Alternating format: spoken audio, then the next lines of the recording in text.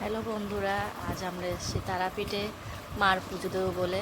তো মার পুজো দেওয়া হয়ে গেছে, আমরা এমনি সন্ধ্যার সময় এসেছি। তো দেখো এত ভিড় যে তানিশার বাবা তানিশাকে কোলে নিয়েছে। এই যে মার মন্দিরে সব ভক্তরা মাকে দেখার জন্য বসে রয়েছে। দেখো কত সুন্দর।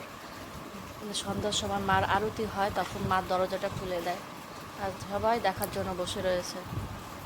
আমরা প্রথমবার এসেছি মাকে দর্শন করতে, আগে কখনো আসিনি। তো দেখে এত ভালো লাগছে, মাকে দেখে সত্যি এত ভালো লাগছে কি বলবো। তোমরা যারা যারা আসোনি তারা একবার এই তারাপীঠে এসে মাকে একটু দর্শন করে দেখবে, এতটা ভালো লাগে কি বলবো। হ্যাঁ, তানিশা বলছে খুব ভালো লাগে, তানিশা বলছে আমরা আবার যাব। সত্যি আমরা আবার যাব মাকে একটু দর্শন করতে।